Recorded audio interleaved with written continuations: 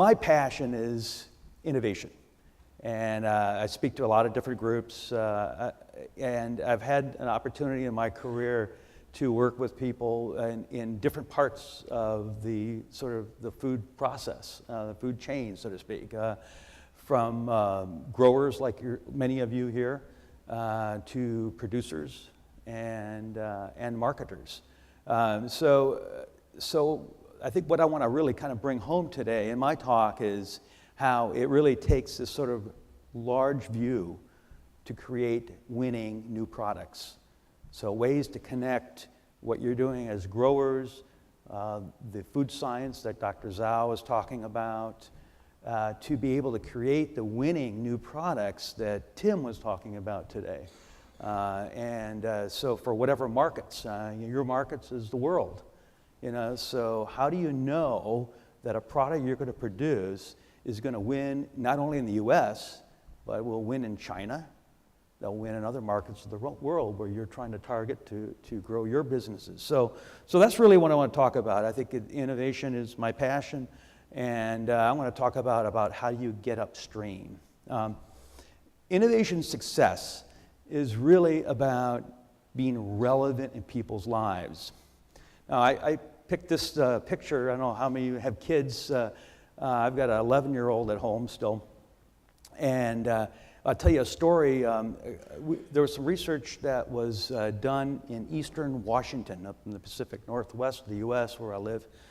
And Washington is a big apple-growing region. I'm sure many of you may know that. And so the apple industry gives away apples for kids' school lunch programs. And so every kid, every day, gets an apple. Okay, so they carry their tray going through the school lunch, and they get various different food items, and then they get an apple, put it on their tray. And in observational research and watching this, what was found is every kid would get their apple, walk over, throw the apple away in a waste basket, and move on. Okay? So, I mean, it's like that apple was not relevant for kids.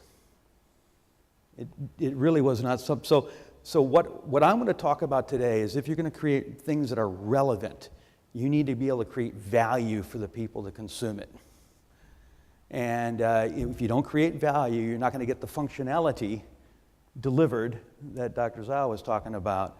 You need to be able to create value in the mind of the consumer. But it's not just creating value in the mind of the consumer also needs to recognize that value. So my talk today is going to be kind of two parts. So I'll talk about innovation, actually three parts. First part is about innovation. Second part is how do you target your innovation so that you can create value that in the minds of consumers is recognized as valuable. So this is sort of the way I view the value creation sort of from what you are, those of you who are growers on the far right here of this, which is really downstream from the consumer. How do you connect what you are doing to the food science, to the supply chain, to the building of products, all the way upstream to the consumer? And I'm really going to talk about the three things that are most further to the left of this value creation sort of things that are upstream. The first is shopping. And some of this Tim mentioned earlier today. But if you think about value, how you create value, you have to really understand what is going on in shopper moments when people are in a grocery store. And so, certainly you can think about the availability, having fresher products, you have your products probably from all around the world. You can get your vegetables or fruit any time of year anymore. Same thing in the U.S. Things are fresher for longer, with technology, with modified atmosphere packaging, all those things create opportunities for things to stay fresher, longer, so that you can have it any time of year. But there's more that can happen, more ways in which you can be innovative in shopper moments, and that is retailing. So make it easier for people to buy. I love this sort of one product with the apples with the hand. That's an example of how you make it easy for people to buy. Simple little innovation that you provide in that handle, but it makes it easy for people to just grab that product and go with it. But there's more you can do. In the US, so much is happening, not in only e-commerce, but m-commerce now, mobile commerce. So people are utilizing their cell phones, their mobile phones for ordering things, for looking things up, to checking prices, looking for deals, planning their shopping. So the ways that you can, a lot of products and new opportunities today to create value that could be related to the products that you produce come from this idea of making it easier for people to buy things. And last, how many of you have heard of Amazon Fresh? Okay, so a few. Amazon Fresh in the US is revolutionizing the retail industry. And what they're doing is you order online and it is delivered fresh to your doorstep. And you order online, it's competitive priced. You're not paying a premium for this. It is delivered to your doorstep for about the same price as you would pay for it in the grocery store. That is an incredible innovation. And it is really changing the way that people are shopping. It's right now currently in Seattle. It's in the Bay Area, San Francisco, and in LA. And I believe it's going to be starting to roll out in other major cities throughout the US. So it's easy to get, local pickup, home delivery, things like that. The second types of moments, the ways in which you can create value, is product use moments. And I'm going to talk about a couple of different ones. The first is product use moments that are relevant for me. So relevant for me is ways in which you can create products that are configurable. That means that they're basically a kit for making food platforms. So you can doctor it up, you can make it into various different things. So you think snacks on the go, it's a kind of a food platform where this idea of snacks on the go creates more and more opportunities for that product to be used. So it's not something just for one location or in the home meal, but it's something that has many, many different purposes. So multiple moments, multiple sort of ways. The second thing is personalization.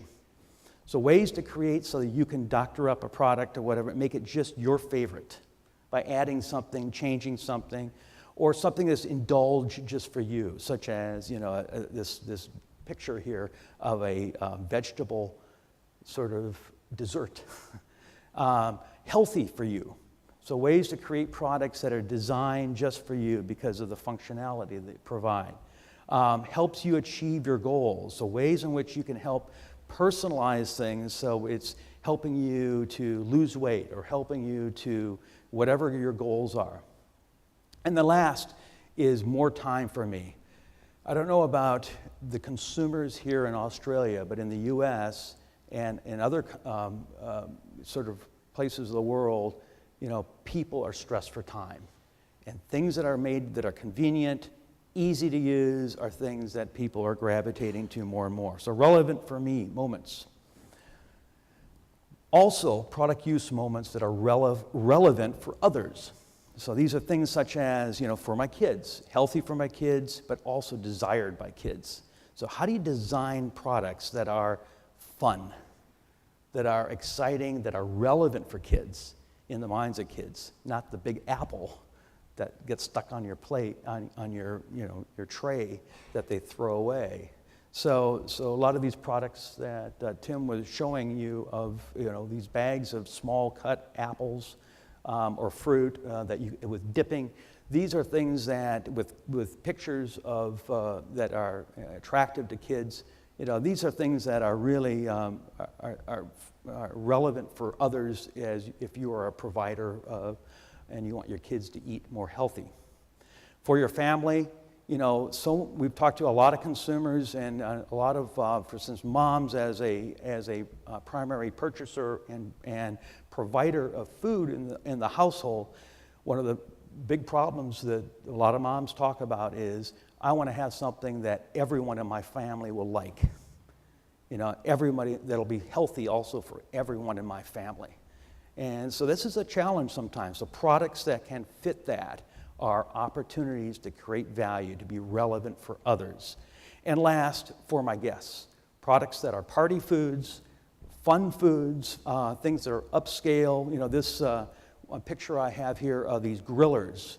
It's a wonderful example of a product that is something that it is not only convenient for the person who's grilling, but as it fits into this sort of grilling moment, this sort of, you're grilling, you're making things for your friends that are coming over for dinner or whatever. So those are sort of ways in which you can, if you think about how to create value, make it relevant for people in product use moments, it opens up more possibilities for you to be more innovative, to think upstream. But the areas that the greatest opportunities today are things that are furthest upstream. And if you think about it, where is the greatest business opportunities in the world today? What sort of businesses are creating the largest market caps? And that is things such as the smartphones, iPhones with Apple. And the market capitalization that because of that is so why is Apple, why is Facebook, why is Twitter, why are these sort of social media areas growing so fast? It's because they are things that are shareable. So if you can create products that have some way of connecting to this idea of being shareable, you have greater opportunities to create more to create value way upstream.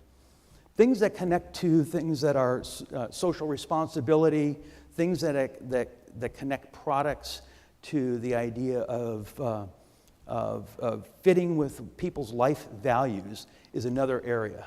So if you can promote in your marketing and connecting your product to sustainability or other things like that, you have greater opportunities for sort of fitting with large networks of people that say, okay, this product is for people like me. So it connects an individual with a broader group. Not for profit. I don't know if in here, but in the US, we're seeing the largest growth area of companies is nonprofits, or even hybrid profit for nonprofit companies. And so this is a way in which there's a cause, some way in which companies are saying, okay, if you buy this, we're going to donate so much for this type of cause. And so it's a marketing way, but it creates this sort of opportunity for people to buy into something because of the greater cause it represents. And a perfect example of this is what we call this growing thing in the U.S., and I know you also have it here, but we call it the farm to fork programs. And some of these actually have been coined into associations and organizations like the America's Farm to Fork Capital in Sacramento, California. And these sort of ways in which you're connecting people locally so that you can buy locally, but you're actually, exactly where your food products came from. You know exactly who made it. It's delivered typically, to you, and so you connect. And these self-reinforcing networks, it's for people like me. And last, loyalty programs. You see this with not only, membership cards or credit cards, rewards points, or even the idea of made in Australia are really important to people because it really, it connects. And so when you think about your innovation, just don't think about the product you're producing. Don't think about just the food science. Think about how do you connect it way upstream in these different ways. So, the point of this is, you see this, I found this Rick Falconer, I don't know if some of you know him, but he said that seed companies are doing more consumer research today so that they can really help direct their downstream breeding programs so that to the consumer itself. I think this is really, really important, is that you do your homework when you're actually thinking about doing some sort of innovation. So you really understand where the opportunities are upstream, that you can connect the downstream components. And a perfect example of this is the idea of, this picture I have here of heart-shaped tomatoes. What is the value you get from heart-shaped tomatoes? And it fits with this idea of personalization. It fits with different types of moments where you can create a salad, for, let's say, Valentine's Day with little heart-shaped tomatoes in it. And so it's a way of the connecting a breeding program that creates this really unique type of tomato with something that has really significant social symbolism. All right, so if we're going to go upstream, how do we do that? How do we actually create? So I'm going to talk about the idea of behavior. And this idea, I mentioned moments. And I'm going to talk about what moments are. So behavior depends on the moments. How many have ever gone to a focus group? Been a part of a focus group? A few? So I've been in more focus groups than I probably can, want to really talk about. But often consumers lie.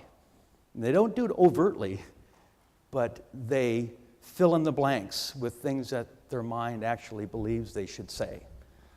And so you'll say things like, I really want to be more healthy, I want to eat more healthy, but in actuality, this is what happens.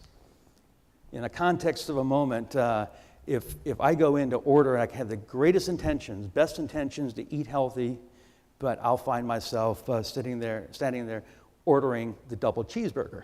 Now, if my wife isn't with me, the context of the moment changes because I'll order the salad. Because I'll hear it from her for a long time if I order the double cheeseburger. So the moments matter, the context.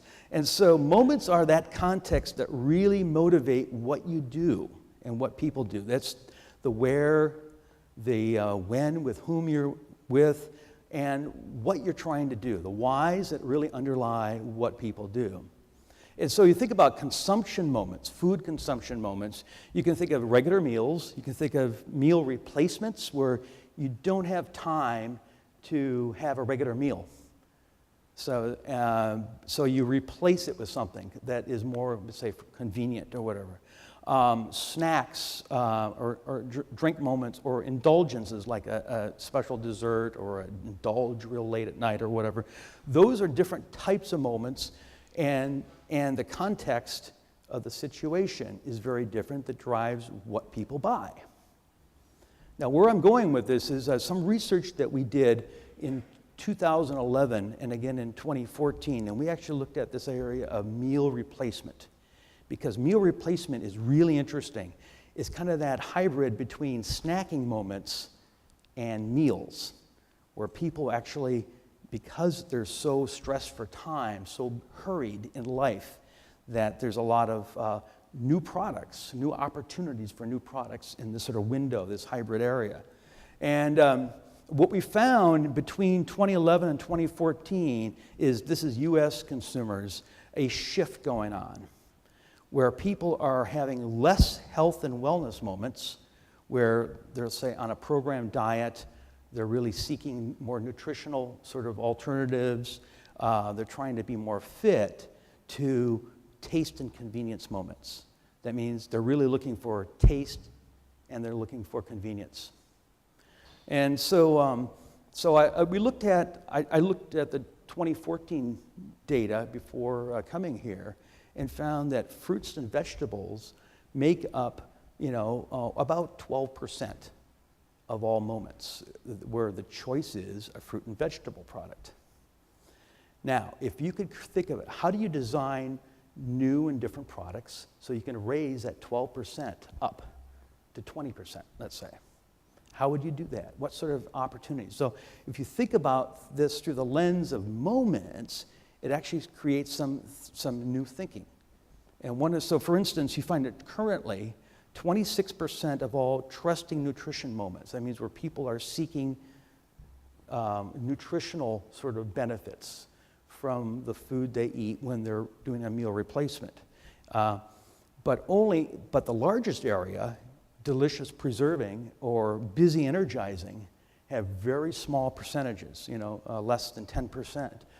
In the case of delicious preserving moments where people are seeking more taste. So vegetables are not viewed as something that is really tasty by most consumers in these types of moments. So further, if you look at the 2014 data and you look at taste and convenience moments, why people purchased the different products they did versus why they purchased and when they're in health and wellness moments, you find that, of course, taste and convenience are the most important for the taste and convenience moments here on the far right. But high protein was number 3, and natural, and high in fiber. These were the primary things that people bought meal replacement, used meal products, versus in health and wellness, it's high protein is number 1. Lots of flavor, number 2. And low calories, fortified, with some nutritional benefits and so on and so forth, low fat. So you see some very different reasons for why people buy what they're doing. So if you're going to think about a produce innovation targeting a meal replacement type of moment, where would you go? What sort of moments would you target? I think you should target busy, energizing moments. Busy, energizing, where people are seeking lots of flavor, something that fills you up, and that will provide sustained energy until your next meal. Now, starting there and thinking about it then, how do you design produce products for these types of moments?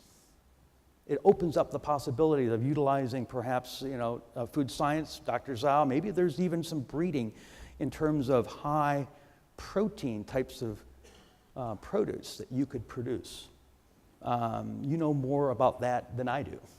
But it creates, so you would be competing with, like, say, energy bars or bars as snacks more in these areas. You need to have a product that has high flavor impact but also, is viewed as a natural source of high protein or high fiber.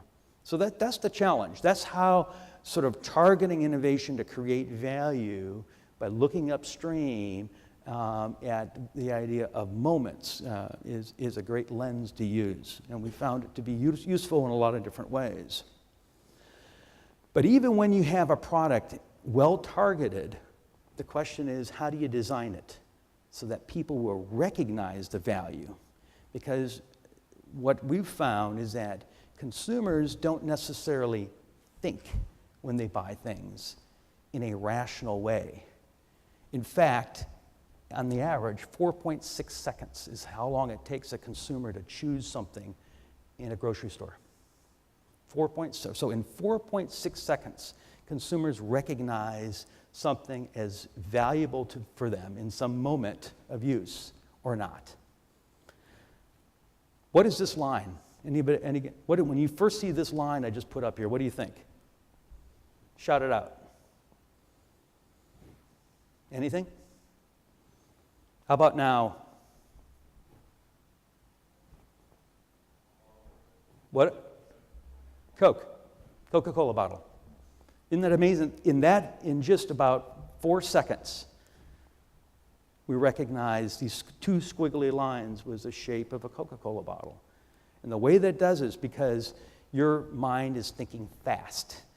Those two, that sort of design, you're able to recognize, and probably a whole flood of memories came to your mind of Coca-Cola, what it means to you, if you're a user or whatever. So if you see a cauliflower that is purple, as in this thing, what comes to mind?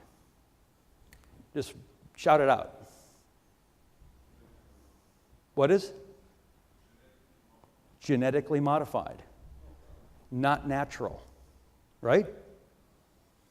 That's the way consumers think too. If something is not the way it should be, instantly, they're going to go to not natural. And that could be viewed as either something that you would approach, but more likely today, something that people will avoid. So that's an area, so when you think about value recognition, the question is, I'm going to move through this pretty quickly. The way that works in our minds is through cues.